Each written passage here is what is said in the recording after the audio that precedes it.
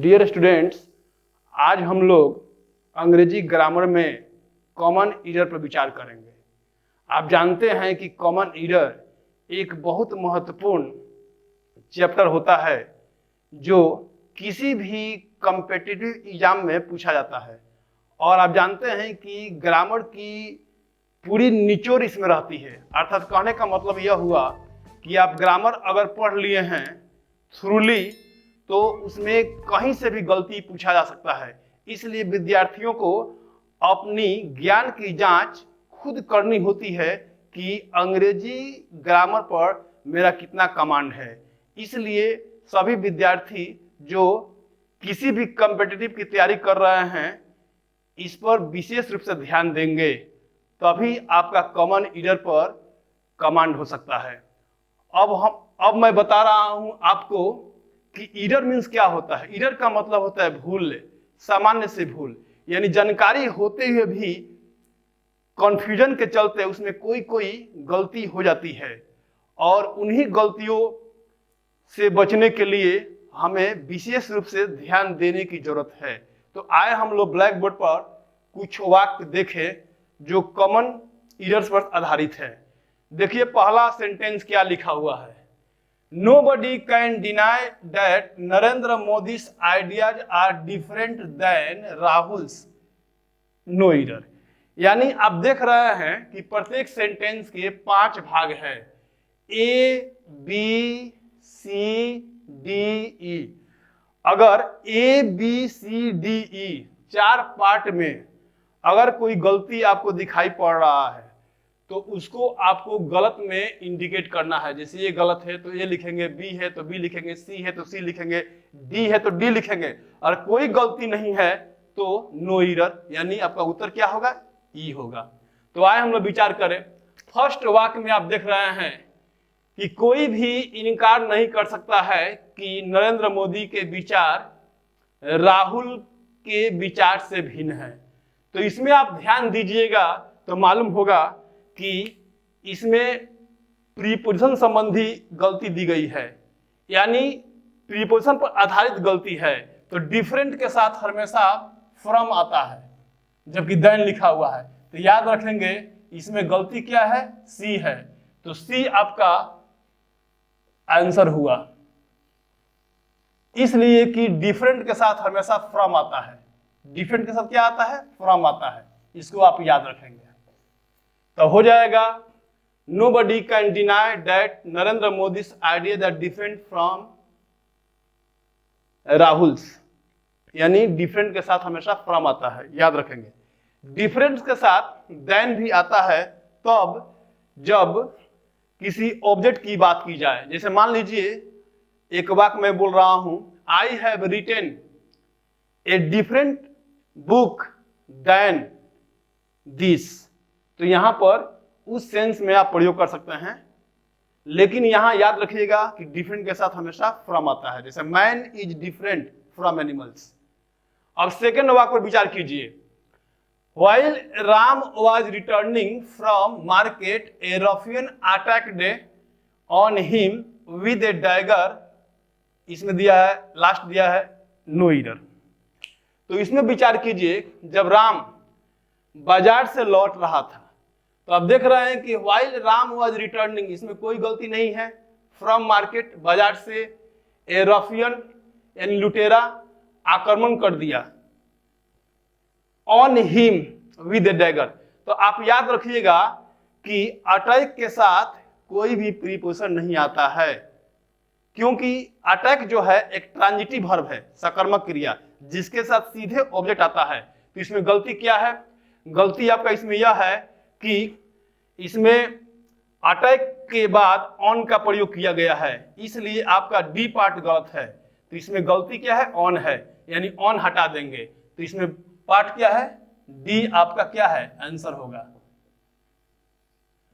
उसी तरह आप 3 नंबर वाक्य देखिए, लिखा है I and my father were returning from Patna by बस।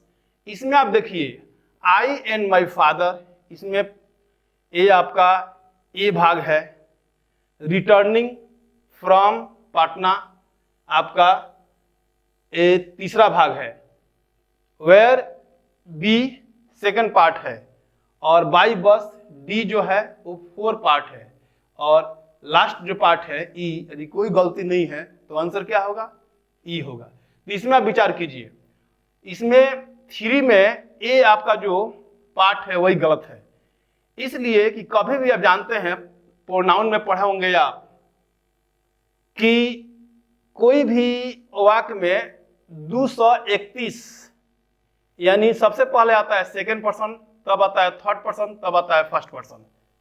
इस स्ट्रक्चर पर वाक्य रचना होती है। यदि किसी वाक्य में तीनों पर्सन कर्ता बनकर आते हैं तो सबसे पहले रखते हैं सेकंड पर्सन, उसके बाद थर्ड पर्सन, अंत में रखते हैं फर्स्ट पर्सन। लेकिन इसमें क्या गलती है कि आप देख रहे हैं कि आई एंड माई फादर, तो आई आपका फर्स्ट पर्सन है, अब फादर जो है थर्ड पर्सन है, तो इसमें होना चाहिए my father and I, my father and I were returning from Patna by bus. मेरे पिताजी और मैं पटना से बस से लौट रहे थे, तो इसमें गलती किया है, ए है, तो आंसर आपका क्या होगा, ए होगा। इसमें आंसर क्या होगा आपका, ए होगा, क्योंकि ए में क्या होगा, माई फादर एंड आई, तब जाकर आपका वाक्य सही होगा। अब देखिए 4 नंबर क्वेश्चन पर हम विचार करेंगे। लिखा है 2 of my intimate friends called on me on yesterday when I was away from home. अब इसे विचार कीजिए, 2 मेरे नजदीकी के दोस्त मुझसे जाकर भेंट किए कल जब मैं घर से दूर था। तो आप इसको याद रखिएगा, कभी भी याद रखेंगे, कभी भी यस्टरडे, टुमारो इस तरह के जो वर्ड होते हैं, after tomorrow, the day before, yesterday, तो इस तरह के जो शब्द होते हैं उनके पहले कोई प्रीपोजिशन नहीं आता है। आप याद रखेंगे कि the name of days, the name of months, Sunday, Monday, Tuesday, इनके पहले वन आता है। फिर निश्चित तारीख होता है ऑन 15 अगस्त, ऑन 2 अक्टूबर, उसके पहले ऑन आता है, on Monday, on Sunday, on Saturday. इस तरह का नाम होते हैं दिन का, या कह सकते हैं कि कोई तारीख होती है तो उसके पहले ऑन होता है। तो आप याद रखेंगे कि यहाँ पे यस्टरडे जो है उसके पहले ऑन आ गया है प्रीपोजिशन, तो इसमें सी क्या है, गलत है। यानी ये कह सकते हैं कि 4 नंबर वाक्य में सी जो पार्ट आपका है गलत है। इस प्रकार आप देख रहे हैं कि ग्रामर के आधार पर कहीं से भी गलती पूछी जा सकती है। आपको स्वतः अपनी बुद्धि विवेक का इस्तेमाल करते हुए यह फैसला करना है कि दी गई वाक्य में किस पार्ट में गलती है, और कोई गलत नहीं है तो उत्तर आपका ई होगा। डियर स्टूडेंट्स, अब हम लोग वाक्य 5 पर विचार करेंगे कि इसमें क्या फॉल्ट है। आप बोर्ड पर देख रहे हैं, लिखा हुआ है एक sentence, without considering for a moment he interested me in all the important work. तो इसमें आपको यह देखना है कि कहां पर इसमें कोई भी लीकेज है या कहां पर फॉल्ट है। तो आप देखिए ध्यान से, without considering for a moment, बिना विचार किए हुए एक क्षण भी, फॉर ए मोमेंट का अर्थ होता है एक क्षण भी, तो बिना एक क्षण भी विचार किए हुए उसने मुझे सारे महत्वपूर्ण काम में भरोसा किया, यानी मेरे साथ क्या है, विश्वास में लिया, मुझे विश्वास में लिया।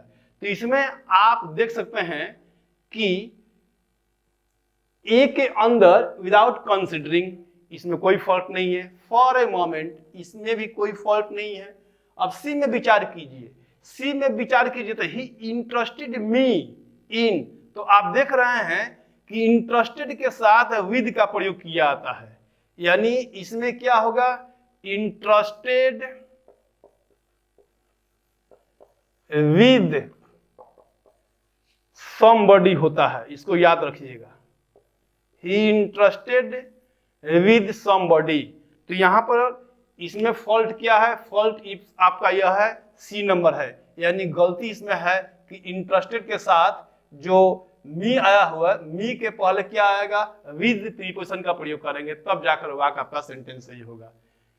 इंटरेस्टेड के साथ टू भी आता है जब आप देख सकते हैं कि जब कोई ऑब्जेक्ट आए, यानी इंटरेस्ट प्लस ऑब्जेक्ट, तब टू का प्रयोग किया जाता है। जैसे आप कह सकते हैं कि he interested some work to me, तो यह सेंटेंस सही हो जाएगा। लेकिन जब किसी व्यक्ति का बोध होगा तो इंटरेस्टेड के साथ विद का प्रयोग किया जाता है। जो आप देख रहा है कि इंटरेस्टेड के बाद प्रीपोजिशन नहीं दिया है, इसलिए यह सेंटेंस गलत है। यानी आप याद रखेंगे इंटरेस्टेड विद समबडी या एनीबडी, और interested some work plus two का प्रयोग किया जाता है, इसको हमेशा आप ध्यान रखेंगे। अब उसी तरह आप देख सकते हैं 6 नंबर में, this is a 3 man committee. तो इसमें क्या फॉल्ट है? आप देख रहे हैं कि यह 3 सदस्यीय यानी 3 व्यक्तियों वाला क्या है? कमिटी है। तो दिस इज अ, इसमें कोई फॉल्ट नहीं है। लेकिन फॉल्ट देखिए बी में है। बी में फॉल्ट क्या है?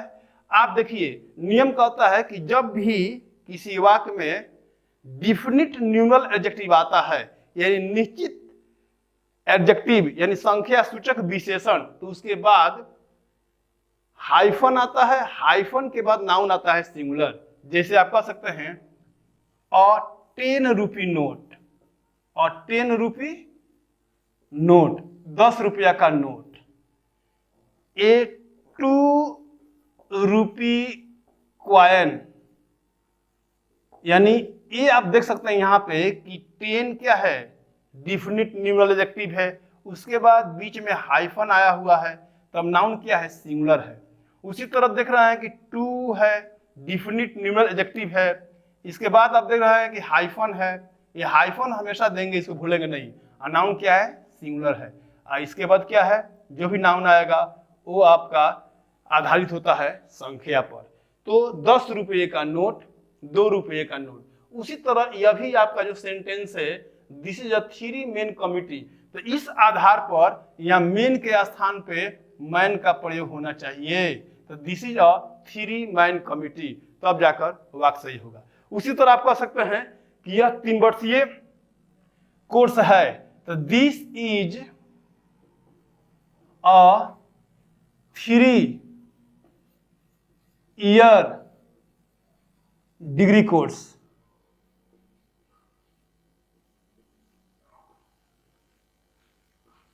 आप इसको भी देख सकते हैं आप कि यह 3 वर्षीय डिग्री कोर्स है। तो 3 के बाद हाइफन आया हुआ है, हाइफन का क्या है? नाउन सिंगुलर है। तो इस प्रकार आप याद रखेंगे किसी भी वाक्य की जब बनावट होगी, डिफिनिट न्यूमरल एडजेक्टिव, उसके बाद हाइफन आएगा, हाइफन के बाद नाउन हमेशा सिंगुलर आता है। इस प्रकार मैं उम्मीद करता हूं कि विद्यार्थी आप सभी लोग इन सारे वाक्यों को समझ गए होंगे। यदि फिर भी आपको कोई डाउट है, कोई संदेह है, तो कमेंट बॉक्स में पूछ सकते हैं। और यदि आपको यह वीडियो अच्छा लगे तो लाइक कीजिए और हमारे चैनल पर अधिक से अधिक सब्सक्राइब कीजिए और अधिक से अधिक शेयर कीजिए।